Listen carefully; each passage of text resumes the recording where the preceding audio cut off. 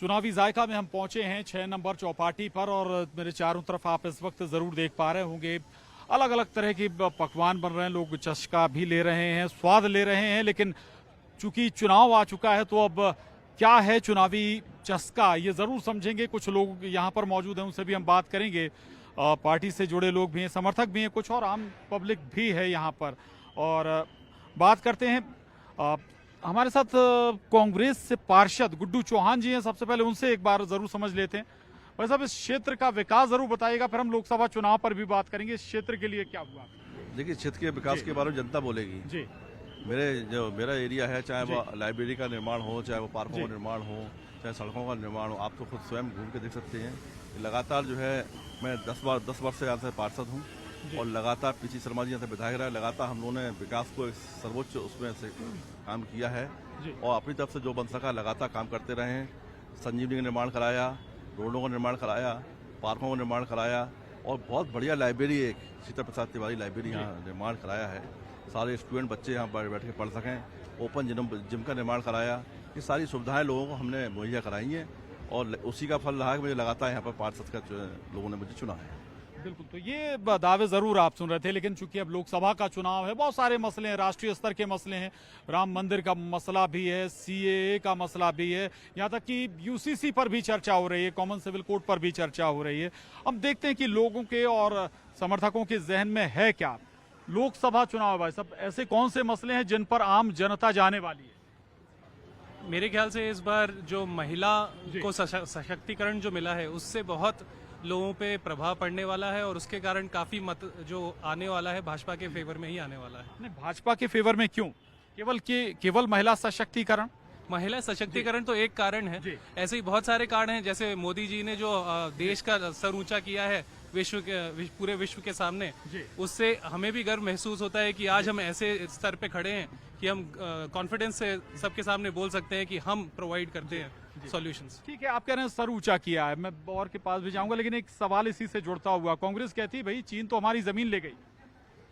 वो तो कांग्रेस से ही पूछना चाहिए कि कितने उन्होंने गठबंधन चुपचाप चीन के साथ किए थे और उन्होंने जो एग्रीमेंट साइन कर रखे हैं जिनके बारे में कभी पेपर्स रिलीज ही नहीं किए गए, तो वो सारे तो कांग्रेस वाले ही बताएंगे। मगर इनके दावे हमेशा ऐसे खोखले रहते हैं।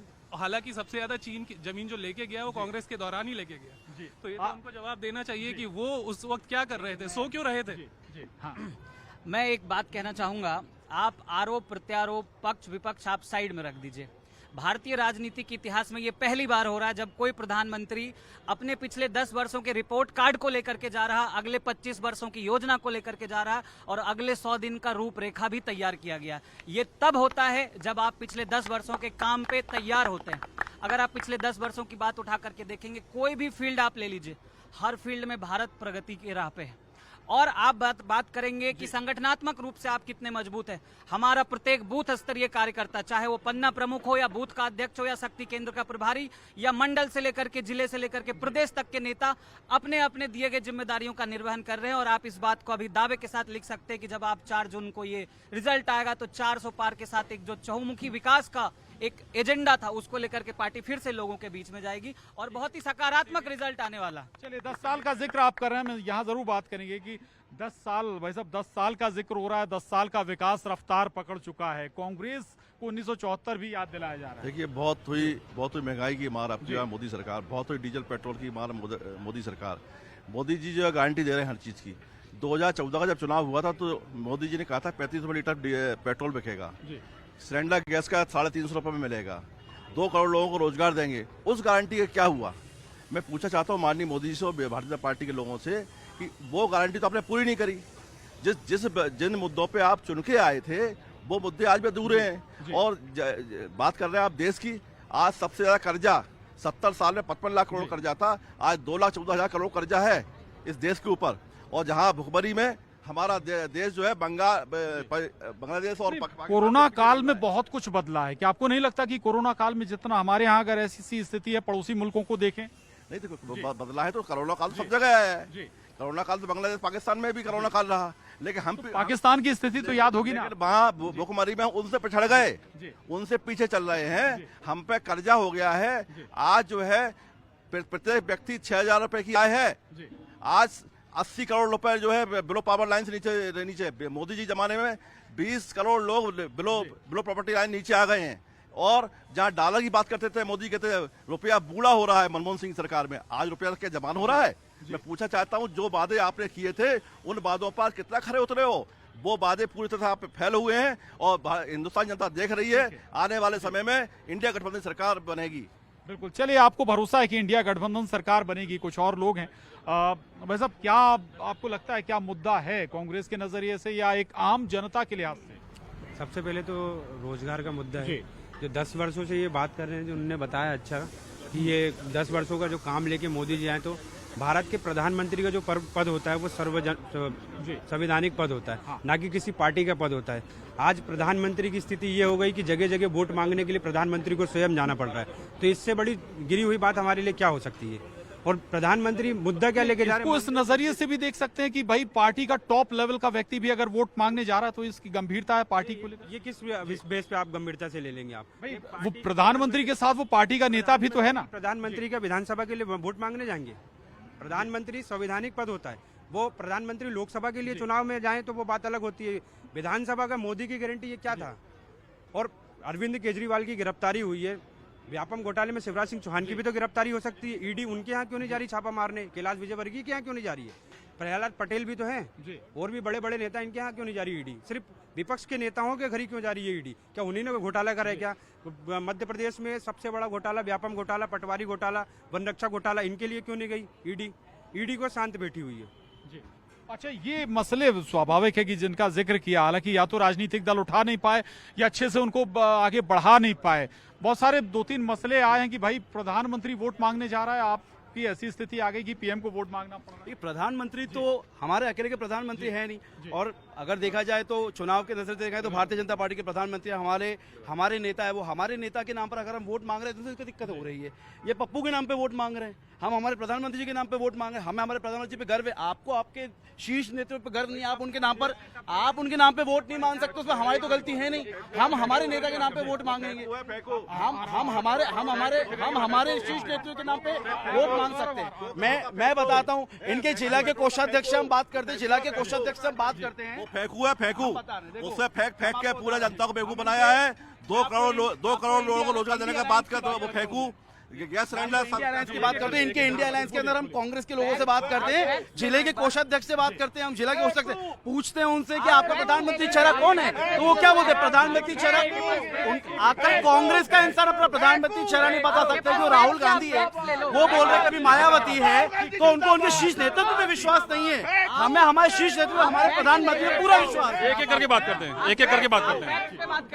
आप सुनिए बात को सुनिए, उत्तर सुनिए। उत्तर क्या है? इन्होंने कहा कि मोदी जी क्यों जा रहे हैं। सुनने की क्षमता रखिए, पता है आप नहीं आ पाए हैं, सुनने की क्षमता रखिए। इन्होंने कहा कि नरेंद्र मोदी क्यों जा रहे हैं वोट मांगने। ठीक है भाई, मेरे पिताजी हैं, मैं लोन लेने जाऊंगा तो वो बीच में खड़े हैं ना। मेरे पिताजी की ख्याति काम करेगी नहीं करेगी? इनके जो पप्पू हैं, जो भी है भाई, ये तो विधानसभा का चुनाव नहीं लड़ रहे थे, लेकिन वो क्यों गए चुनाव लड़ने के लिए, प्रचार प्रसार करने के लिए?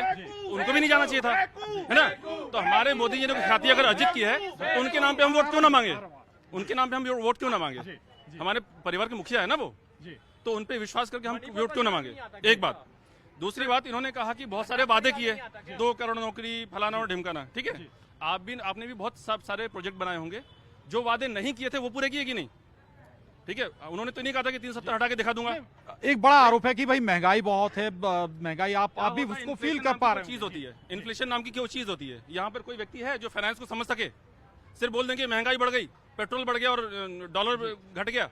भाई इन्फ्लेशन, आम जनता वो इकोनॉमी नहीं समझती, या वो जी स्टैटिस्टिक्स समझाएंगे आम जनता को, आप वो नहीं समझेगी। जो सक्सेशन रेट है, इन्फ्लेशन का जो रेट है ना, इनके टाइम पे इन्फ्लेशन का रेट क्या था और आज के रेट में इन्फ्लेशन का रेट क्या है?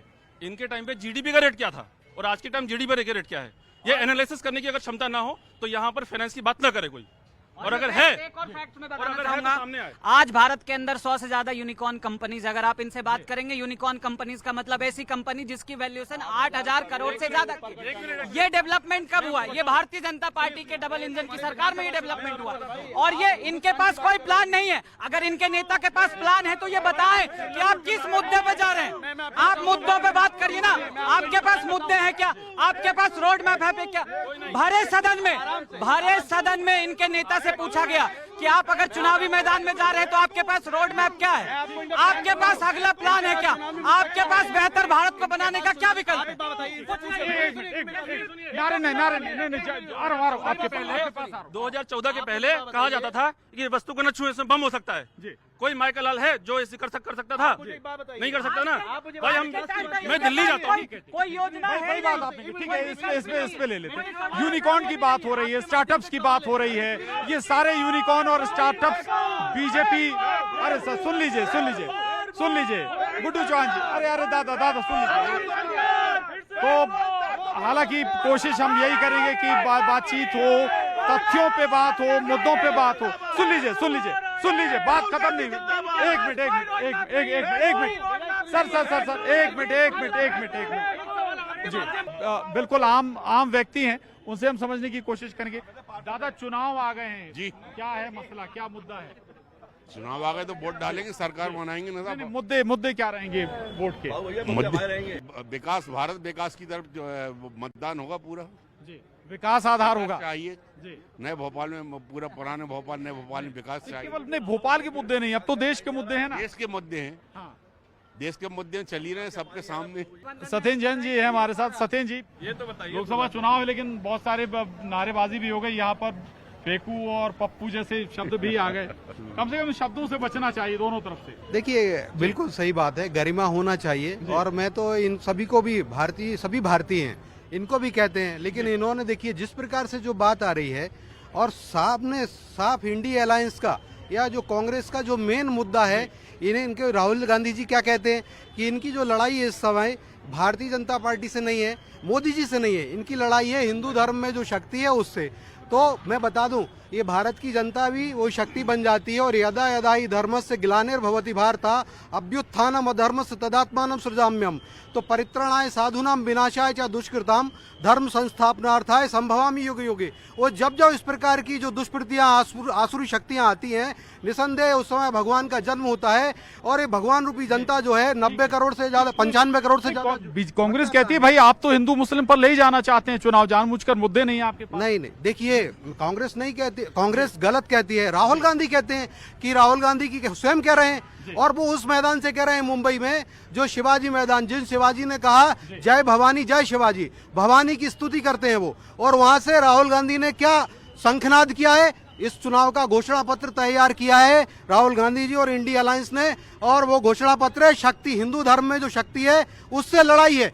तो मैं बता दूं, इनकी लड़ाई भगवान राम से है, इनकी लड़ाई सनातन से है। सनातन को डेंगू मलेरिया कहते रहे, और तो भगवान राम को काल्पनिक बताते रहे, इनको रोम प्यारा। तो अब तो तस्वीर बदल गई ना, राम मंदिर भी बन गया, आप कांग्रेस भी कह रहे कि हम जाएंगे भाई जी। शब्दों का बात आई तो सबसे पहले हमारे भाई ने शब्द का गलत उच्चारण किया, तो उसके बदले में हम लोगों ने उच्चारण करना पड़ा। हम लोग इस तरह डिबेट करते नहीं है, नंबर 1। नंबर 2, हमारे भाई ने कहा शक्ति का, तो राहुल गांधी ने उस असुरी शक्ति की बात करी है। महंगाई एक असुरी शक्ति के रूप में है, खड़ी हुई है। बेरोजगारी असुरी शक्ति के रूप में खड़ी हुई है। जिस प्रकार से डीजल पेट्रोल के रेट असुरी शक्ति बढ़ रहे हैं, लोगों को रोजगार नहीं मिल रहा है। लोग तो पढ़े लिखे नौजवान आज चाय का ठेला लगाए, पकौड़े तलेंगे क्या? भाई हमने अपने बच्चों को पढ़ाया, किस बात के लिए पढ़ाया? इंजीनियरिंग, डॉक्टरी किस बात के लिए? पकौड़े तलने की करी है क्या? पकौड़े बिल्कुल नहीं तलेंगे। आज जिस 10 साल से जो सरकार आज केंद्र में है, उस सरकार की जवाबदारी है कि पढ़े लिखे बच्चों को रोजगार देना चाहिए, लोगों को रोजगार मिले ताकि लोग रोजगार कर सकें। जहां तक राम मंदिर की बात है, तो राम मंदिर में भारतीय पार्टी ने चारों शंकराचार्यों का जो पीठाधीश है हमारे, उनको आमंत्रित नहीं किया, उन्होंने आने से मना कर दिया। उनका अपमान भारतीय जनता पार्टी ने किया है, और सनातन धर्म का उनका अपमान मतलब सनातन धर्म का अपमान है। और ये अपमान जो है हिंदुस्तान जनता देख रही है, हिंदुस्तान जनता देख रही है। आने वाले समय में इस बात का जवाब हिंदुस्तान जनता वोट के रूप में देगी। ठीक है। एक युवा हैं, युवाओं के मसले क्या हैं? रोजगार है जी। इतने स्कैम हो रहे हैं, कहीं से कहीं पे स्टूडेंट को कोई सिक्योरिटी नहीं है इन फ्यूचर। स्टूडेंट के लिए उन्होंने 2 करोड़ योजनाओं का वो किया वादा, कहीं से कहीं कोई भी योजना स्टूडेंट के लिए आज अच्छी नहीं है उनकी। इतने बजट आते हैं, 10 साल में बजट आए, एक भी स्टूडेंट वेलफेयर के लिए बजट नहीं आया अच्छा। आज आप देखिए एमपी में पटवारी घोटाला हुआ, इतने पेपर स्कैम हो रहे हैं, पेपर लीक हो जाते हैं, भर्ती घोटाला हुआ, स्टूडेंट सेफ नहीं है। स्टूडेंट की सिक्योरिटी क्या है आने वाले में? आज युवा क्या करेगा? ठीक है, मैं आ रहा हूँ, फिर आप देखिए, लोगों के दूसरा पास जो एक मामला भाई है- साहब से और बात करेंगे। भैया बिल्कुल, अरे बोलिए, निसंकोच बोलिए। सबसे बड़ा जी जी मामला यह है कि आज की डेट में जी भारतीय जनता पार्टी के 3 संगठन हो गए हैं, सीबीआई, ईडी, ये इनके दम पे बीजेपी चल रही चलिए, है। तीन संगठन आपने बता दिए, सीबीआई, ईडी, आईटी। जी देखिए देखिए, बस- को 54 करोड़ रुपए चंदे रूप में दिया और तीसरी बार में केजरीवाल का नाम लिया उन्होंने। एक बड़ा गलत आरोप है। राहुल गांधी ने स्पष्ट कहा है उनकी लड़ाई हिंदू धर्म की शक्ति से है, किसी को भी जाना है उनके बयान पे जा सकते हैं। और मैं बता दूं, उसी बात को सुप्रिया श्रीनेत ने आगे बढ़ाया, भारत की महिलाओं की मंडी में रेट लगा दिए। महिला अस्मिता का मंडी में रेट लगाया कि मंडी की महिलाओं, मंडी जो वो ऋषि मांडव से जानी जाती है मंडी, हिमाचल प्रदेश की मंडी, वहां से कंगना रनावत जा रही हैं, वो भारत की महिलाओं की प्रतीक है। और ये सारे लोग शक्ति के बिल्कुल नाश करने वाले हैं। और हम चलिए, उसमें बहुत चर्चा हुई है, सत्येंद्र जी, चर्चा हुई, कुछ कह रहे हैं आप? 2 मुद्दे पे कहना चाहूंगा सर। एक तो इन्होंने बात करी कि हिंदू मुस्लिम के बंटवारे पे भाजपा काम कर रही है और उस पे वोट ले रही है। मैं इनसे ये पूछना चाहूंगा, जब वक्फ बोर्ड का एक्ट बन रहा था तब इन लोग का हिंदू मुस्लिम बंटवारा इन्होंने नहीं किया था? मुस्लिम को जो इन्होंने प्रायोरिटी देके वक्फ बोर्ड बनाया, वैसा हिंदू के लिए क्यों नहीं बनाया, सिख के लिए क्यों नहीं है? बौद्ध, मुस्लिम, जैन ये सब कहाँ गए? ये नहीं है सेक्युलर डेफिनेशन में। दूसरी बात वो भाई साहब ने करी कि युवाओं को नौकरी नहीं मिल रही है।